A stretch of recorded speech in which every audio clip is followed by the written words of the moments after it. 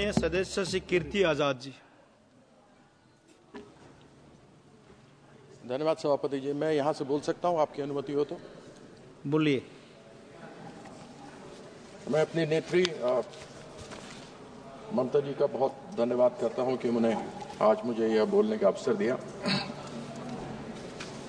अभी विप्लव जी बात कर रहे थे वुमेन एम्पावरमेंट की। कितना हुआ इनकी तरफ मुझे मालूम नहीं, हालांकि मुझसे ज़्यादा भारतीय जनता पार्टी वालों को और कोई नहीं जानता। जितने बैठे हुए हैं उन सबों से सबसे संभवतः पुराना मैं ही होऊंगा और इनको मैं भली भांति पहचानता हूँ। बात महिला की करेंगे लेकिन महिला के लिए कुछ करेंगे नहीं। ये हमारी लीडर हैं जिन्होंने 40% सांसद इस लोकसभा के अंदर यहाँ पर ममता जी ने भेजा है। हमने सुना था कि 2022 में 5 ट्रिलियन इकोनॉमी बनेगी। 2014 में जब सरकार आई थी तो मैं भी उसी तरफ था और मैंने सुना था जब ये कहा गया था कि न खाऊंगा न खाने दूंगा,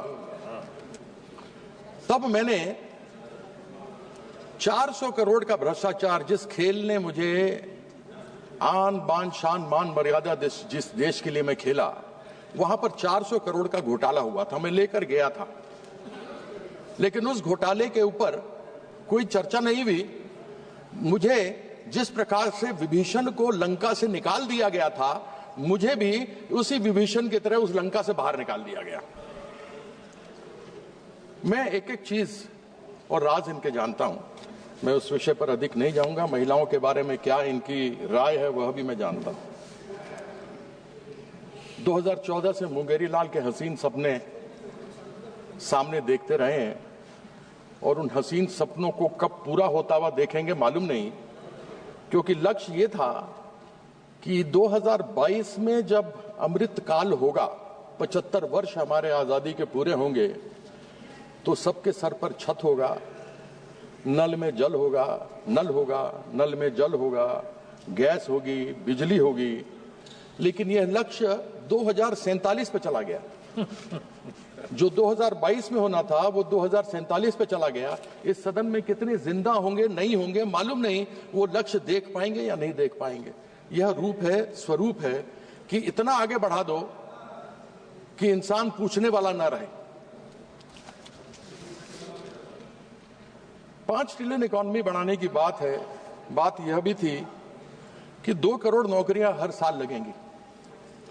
यानी मैं 11वां साल न लेके केवल 10 साल ले लूं तो 20 करोड़ नौकरियां होती, और एक परिवार में 5 व्यक्ति ले लूं तो 100 करोड़ लोगों का इज्जतदार जिंदगी जी सकते थे। वह 20 करोड़ नौकरी करते और उनके साथ 5-5 परिवार में रहते तो 100 करोड़ लोगों को आराम से जीवन पोषण हो सकता था। लेकिन बार बार सुनने को यही मिलता है कि मोदी जी 80 करोड़ लोगों को 5 किलो राशन दे रहे हैं, 25 करोड़ लोगों को अभी गरीबी रेखा से निकाला गया, यानी कि 105 करोड़ थे गरीबी रेखा के नीचे।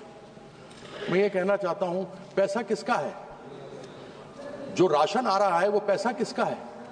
वह पैसा उन लोग 2% लोगों का है 140 में से जो इनकम टैक्स देते हैं। कम से कम उन इनकम टैक्स वालों को तो धन्यवाद कर दीजिए कि आपके द्वारा जो कर लिया जा रहा है उसके माध्यम से 80 करोड़ लोगों को अनाज मिल रहा है। लेकिन वो नहीं करेंगे, बात करेंगे मोदी जी की। कभी भी देश में जो लोग हैं उनको कभी धन्यवाद किया जाए सो नहीं होगा। 5 ट्रिलियन इकोनॉमी की बात होती है, पूंजीपतियों के 14 लाख करोड़ कर्जा को माफ कर दिया जाता है, माफ कर देते हैं। उनको 20% टैक्स लगता है, हमको 30% टैक्स लगता है। और जब हमको 30% टैक्स लगता है तो अगर 36 लाख रुपया कोई महीने में कमाता हो, उसका अगर 30% टैक्स आप पूरा साल का लगा लें तो 10 लाख रुपया उसका चला गया, यानी 3.25 महीने का टैक्स गया। उसके ऊपर जीएसटी लगा ली तो 1.5 महीने का जीएसटी भी 18% खाने पीने सब पर लगा हुआ है, वो चला गया। मतलब 5 महीने का उसकी आमदनी जो है वो टैक्स में चली जाती है। पूंजीपतियों को 14 लाख करोड़ रुपया माफ कर दिया जाता है। लेकिन यही किसान जो यहां आकर सीमाओं पर 700 लोग मारे गए, जिनकी शहादत हुई, वह जब अपनी मांग करने के लिए आते हैं तो उनसे पूछा नहीं जाता। यदि वह लोन पर ट्रैक्टर लेता है और अगर एक EMI नहीं भरता है तो बैंक वाले आकर उसके यहां से उसका ट्रैक्टर छीन कर लेकर चले जाते हैं और वो किसान बेचारा असहाय रह जाता है और अपनी लोन की पूर्ति नहीं कर पाता। जो गरीब आदमी लोन पर मोटरसाइकिल खरीदता है और हमारे घर में आकर के लोगों के यहाँ खाना बांटता है, आप लोग मंगाते होंगे, आप लोग भी स्विगी से, जोमेटो से, ब्लिंकिट से, वह बेचारा अगर EMI नहीं दे पाता तो आप उसका मोटरसाइकिल जब्त कर लेते हैं, उसके रोजगार का जरिया खत्म, उसका परिवार फिर भूखों मरता है। यह गरीब लोगों के साथ इन लोगों की इस प्रकार की प्रथा है। 30% टैक्स, 2 करोड़ लोग, 2% यानी 2.8 करोड़ लोग, 140 करोड़ लोग में 2% लोग इनकम टैक्स देते हैं, यानी 2.8 समझिए 3 करोड़ लोग देते होंगे, 3.5 करोड़ देते होंगे, 4 करोड़ देते होंगे। वह उनको 30% में आप 12 लाख की छूट देते हैं। लेकिन एक गरीब आदमी जिसको आप 80 करोड़ लोगों को जो 5 किलो अनाज देते हैं, उसको तो न तेल मिलता है, न मसाला मिलता है, न उसके पास गैस खरीदने की क्षमता है, वो बेचारा क्या करे। ऐसे में GST पर तेल हो, साबुन हो, घी हो, पनीर हो, दूध हो, आटा हो, चावल हो, सब पर आपने GST लगाया हुआ है। और वो GST चाहे पूंजीपति हो, चाहे मध्यम वर्ग का आदमी हो, चाहे गरीब आदमी हो, सबको ही बराबर से देते हैं। अगर डायरेक्ट टैक्स जिसमें फायदा केवल वह 2% लोगों को हुआ जो इनकम टैक्स दे रहे हैं, अगर इनडायरेक्ट टैक्स में यानी GST में यदि कमी की जाए तो फिर सब 140 करोड़ लोगों को फायदा हो सकता है, उनके खरीदने की क्षमता बढ़ सकती है। लेकिन वो सोचेंगे नहीं। मैंने एक बार पूछा था, यहां राज्य मंत्री जी बैठे हैं, इनसे मैंने कहा था कि आप क्या करते हैं, GST में कमी क्यों नहीं लेकर के आते हैं? तो मुझसे खड़े होकर इन्होंने जवाब दिया कि पश्चिम बंगाल का भी नाम GST में है। सर मैंने कहा यहां बैठे हुए उनको दिखाया, हुजूर आपके बिना मैं कहीं जा ही नहीं सकता। आपके बिना कहां जाएंगे मालिक? इन्होंने जवाब दिया कि पश्चिम बंगाल भी उसी में है। बिल्कुल मैं मानता हूं कि पश्चिम बंगाल भी उसी में है। टोटल 31 है राज्य, जिनमें से 20 यानी 16 में बीजेपी और 4 और मिला दे तो NDA मिलकर के 20 राज्यों के अंदर इनकी सरकार है। 11 राज्य वो गैर भारतीय जनता पार्टी के हैं, टोटल हो गए 31। साथ में इन्होंने प्रावधान GST में किया हुआ है कि केंद्र सरकार जिस दिन GST की मीटिंग होगी, जितने सदस्य बैठे होंगे उन सदस्य की 1/3 वोट का पावर सेंट्रल गवर्नमेंट के पास होगा। यानी अगर मान लीजिए 31 का फुल हाउस हो, उसमें से 1/3 इनको हो तो 10 हो गया, 21 और 10 31 हो गया, 11 इधर हैं। तो फिर जब आपके हाथ में इतनी ताकत है, आप GST काउंसिल की बात करते हैं,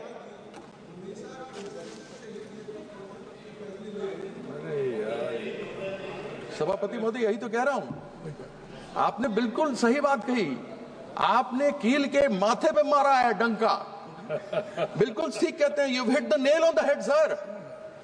31 लोग इनके हैं, अगर इनके वोट में 10 मिला लूं तो 21 इनके राज्य, 20 इनके राज्य, 10 उसके ऊपर 31 लोग आए हैं, वो 30, 11 विपक्ष के, तो 30 लोग बैठे हुए हैं। तो फिर तेल, घी, पनीर, दूध, आटा, चावल पर तो ये कम कर सकते हैं क्योंकि इन्हीं की मेजोरिटी है।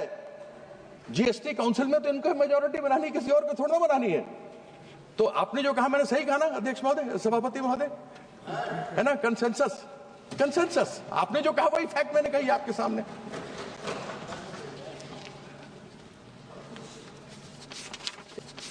एक बार हमने सुना प्याज की बात, हमने सुना कि माननीय वित्त मंत्री महोदया ने कहा कि उनसे पूछा गया कि प्याज के दाम बहुत बढ़ गए हैं। उन्होंने कहा मैं प्याज खाती नहीं इसलिए मुझे दाम मालूम नहीं। सभापति महोदय, पेट्रोल और डीजल तो हम लोग भी नहीं खाते, लेकिन दाम तो मालूम है। Petrol diesel, yes, no, we don't eat petrol diesel like she doesn't eat onions, but yet we know the price. Price तो हमको मालूम है साहब कि पेट्रोल डीजल के दाम क्या है। और सेंट्रल गवर्नमेंट ने पेट्रोल डीजल के अंदर पेट्रोल में 19.9 प्रति लीटर का एक्साइज लगाया हुआ है, डीजल में 5.8 रुपए प्रति लीटर का इन्होंने एक्साइज लगाया हुआ। ये बढ़ाया है इन दिनों में। जिस समय स्वर्गीय मनमोहन सिंह जी हमारे प्रधानमंत्री थे, उस समय कच्चे तेल की कीमत $112 प्रति बैरल थी। तब उस समय, दिल्ली की बात करता हूं, 65 रुपए प्रति लीटर पेट्रोल था। जिस समय माननीय नरेंद्र मोदी जी यहां पर प्रधानमंत्री बनकर के आए, उस समय कच्चे तेल के बैरल की कीमत $60 प्रति बैरल थी। और उस समय तब बात चलती थी और हम भी खड़े होकर के चिल्लाते थे, बहुत हुई महंगाई की मार, पेट्रोल डीजल की मार, अब की बार टन टन टन सरकार। अब वही बोलना पड़ेगा ना, क्योंकि हुआ कुछ नहीं। हम यही बोलते थे। तब था 60 रुपए प्रति डॉलर बैरल। मनमोहन सिंह जी के समय था $112 प्रति बैरल। तब था 65 रुपए। उसके बाद वो 60 से बढ़कर आज हुआ है 225 में 80 रुपए प्रति बैरल। लेकिन पेट्रोल और डीजल सेंचुरी मार रहा है। बेचारा विराट कोहली और रोहित शर्मा मारने में उसको बहुत मुश्किल हो रही है। और 3 साल से सेंचुरी पर बैठे हैं। क्यों नहीं कम करते एक्साइज? कर दे कम, और नहीं तो ले आए जीएसटी में। और फिर इन्हीं की है मेजॉरिटी। 31 राज्य 10% और मिला लीजिए, 31 के 41 में 31 ही है, 31। अच्छा। तो लोगों को बोलना,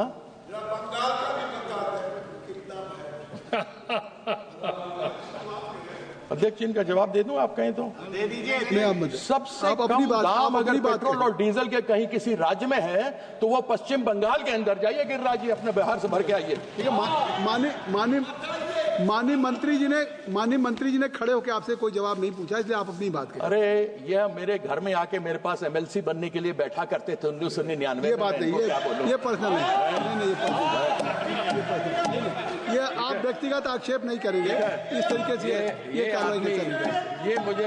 ये मुझे बताएंगे। ये इनको बात करने के तरीका नहीं, इनको बात करने की तमीज नहीं। माननीय कीर्ति आजाद जी, यह भारतीय जनता पार्टी के संस्कार हैं। आप कृपया, ये भारतीय जनता पार्टी के संस्कार हैं, बैठ जाइए। जिनको बात करने का तमीज नहीं, आप अपने से बड़ों से कैसी बात की जाती है इनको ये नहीं मालूम। आप अपने सदन में किस तरीके से बात की जाती है इनको ये नहीं मालूम। ये तुम करके बात कर रहे हैं, मैं इनसे आप करके बात कर रहा हूँ। लेकिन आजाद जी नहीं कर सकते, आप बैठ जाइए। इनका भगवान कुछ नहीं कर सकता। माननीय मंत्री बैठ जाइए। इनका कुछ नहीं कर सकते। माननीय मंत्री, ठीक है, ये देखिए आप भी करके बोलते हैं। माननीय कीर्ति आजाद जी, मैं आपसे बात कर रहा हूं। बहुत वरिष्ठ हैं। ये आपसे बात, फिर वही बात आप कर रहे हैं। फिर वही बात आप कर रहे हैं। ये रिकॉर्ड में नहीं जाएगा। ये रिकॉर्ड में देखिए, देखिए आया था। आप बैठ जाए। माननीय मंत्री जी आप बैठ जाए। माननीय मंत्री, ये आप बिल्कुल सब रिकॉर्ड में जाएगा। इस तरह के आक्षेप आपसे अपेक्षा नहीं है। माननीय कीर्ति आजाद जी, इस तरह का आक्षेप बोलेंगे तो मैं इनके सब आप किसी माननीय सदस्य के ऊपर नहीं, आप सर ये तमीज देखिए। आप बजट पे बोलिए, इसका तमीज देखिए। लेकिन माननीय कीर्ति आजाद जी, आप बजट पे बोलें। आप इस तरीके की बात किसी के ऊपर व्यक्तिगत आवाज आप सुन रहे हैं? आप सुन रहे हैं क्या बोल रहे हैं? आप उनका रिकॉर्ड में नहीं जा रहा है। उनका रिकॉर्ड में नहीं जा रहा है। आप क्यों संज्ञान ले रहे हैं? रिकॉर्ड में नहीं जा रहा, आप संज्ञान मत लीजिए। लेकिन आपको क्यों करते हैं? नहीं, आप बैठे रहिए। आप चुप रहे। आप कीर्ति आजाद जी को मैंने सभापति जी 1.7 करोड़ रुपया जो पश्चिम बंगाल का बकाया है वह 1922 से पश्चिम बंगाल को नहीं दिया गया, जिसमें एक जीएसटी है 2022 से नहीं दिया गया, 2022 से क्षमा कीजिएगा, 2022 से नहीं दिया गया। रिपीट कर दो फिर से, कितना पैसा? 1,70,000 करोड़ रुपया जो पश्चिम बंगाल का हिस्सा है 2022 से पश्चिम बंगाल को नहीं दिया गया। उसमें हिस्सा जीएसटी का भी है। जीएसटी फेडरल इकोनॉमी है तो फेडरल जीएसटी तो आना चाहिए। आपने आवास का पैसा नहीं दिया, वो पश्चिम बंगाल की नेत्री ममता बंदोपाध्याय ने लोगों का आवास को दिया। इन्होंने स्कूलों के लिए नहीं दिया, सर्व शिक्षा अभियान के लिए नहीं दिया, वह भी पश्चिम बंगाल की नेत्री ममता बंदोपाध्याय ने अपने बजट से दिया। घर नहीं मिले, उसका भी बजट पश्चिम बंगाल की नेत्री ने दिया। इन्होंने आपत्तियां उठाई, आपत्तियों का जवाब दिया गया, यूटिलाइजेशन सर्टिफिकेट दिया गया, सब कुछ हो गया। जीएसटी काउंसिल में बैठक हुई, जीएसटी काउंसिल में बैठक हुई, हेल्थ यानी स्वास्थ्य को लेकर सब बातें हुई। उसमें हमारे स्वास्थ्य साथी जो ममता बंदोपाध्याय की सरकार वहां चलाती है उसको सबसे बढ़िया कहा गया। वह स्वास्थ्य साथी जो महिला, सबसे बड़ी महिला एक परिवार में होती है, उनके नाम से एक कार्ड होता है, और प्राइवेट हो या पब्लिक हो, महिला, उनके पति, उनके माँ बाप, उनके सास ससुर, उनके बच्चे सभी किसी भी निकटतम अस्पताल में जा सकते हैं, उपचार करा सकते हैं, और डायरेक्टली सरकार की तरफ से पैसा वहां पर हॉस्पिटल में दिया जाता है, इंक्लूडिंग प्राइवेट हॉस्पिटल। लेकिन हमारे जो यहां से मिलता है उसमें अनेकों मानक हैं। छत है तो नहीं मिल सकता, मोटरसाइकिल है तो नहीं मिल सकता, साइकिल है तो नहीं मिलेगा, और 2011 के सेंसस से है, कृपया यहाँ पर सभी को मिलता है। कृपया संक्षिप्त करें, 15 मिनट हो गया जी, मैं खत्म कर रहे हैं भाई। अब ये कहते हैं कि साहब इन्होंने मानक तय किया। अब ये मैं जानना चाहता हूं कि संविधान के किस प्रावधान में या किस धारा में ये लिखा हुआ है कि किसी एक रंग का पर आप स्कूल को अगर आप रंगेंगे या अस्पताल को रंगेंगे तभी आपको पैसा मिलेगा? क्या हिंदू धर्म में एक ही रंग है, या हिंदू धर्म में अनेकों रंग हैं? हमारे सनातन में अनेकों रंग हैं। यह चाहते हैं कि केवल भगवा में रंग दें, लेकिन भगवा के अनेकों भी रंग हैं। जो महादेव के सिर में चंद्रमा इठलाता है वो सफेद है, सोमवार सफेद है, सफेद रंग है चंद्रमा का।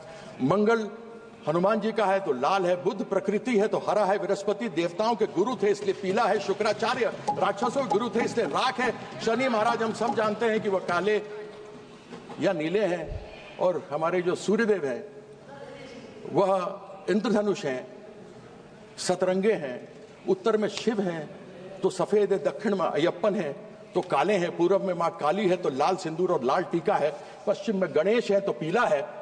फिर केवल भगवा कैसे मेरा हिंदू धर्म का रंग है, मुझे समझ नहीं आता। क्या चंद्रमा को भगवा करेंगे? ठीक है। क्या हनुमान जी को भगवा करेंगे? क्या मेरी बहन, बेटी, मां के सिंदूर, लाल सिंदूर को और लाल टीके को भगवा करेंगे? मेरे पश्चिम बंगाल का रंग सफेद और नीला है। नीला शनि महाराज का रंग है। नीले को ये भगवा करना चाहते हैं 2021 में। तो 2021 में तो जब इन्होंने नीला करने के लिए आया था, जब ये अपना ध्वज गाड़ने आए थे, तो 2021 में तो शनि महाराज का ढैया लग गया। इस बार जो आएंगे ना 2026 में, इस बार 7.5 लगने वाला है। इस चीज का आपके एक सदस्य को और बोलना, मैं आपके एक सदस्य को और बोलना करता हूँ। बहुत बहुत धन्यवाद। समय बोलने को बहुत कुछ था, लेकिन मेरे भाई साहब ने समय ले लिया, इस कारण से मुझे अपना वक्तव्य को छोटा करना पड़ रहा। मैं आपको धन्यवाद करता हूँ। धन्यवाद। धन्यवाद। श्री अरुण नेहरू।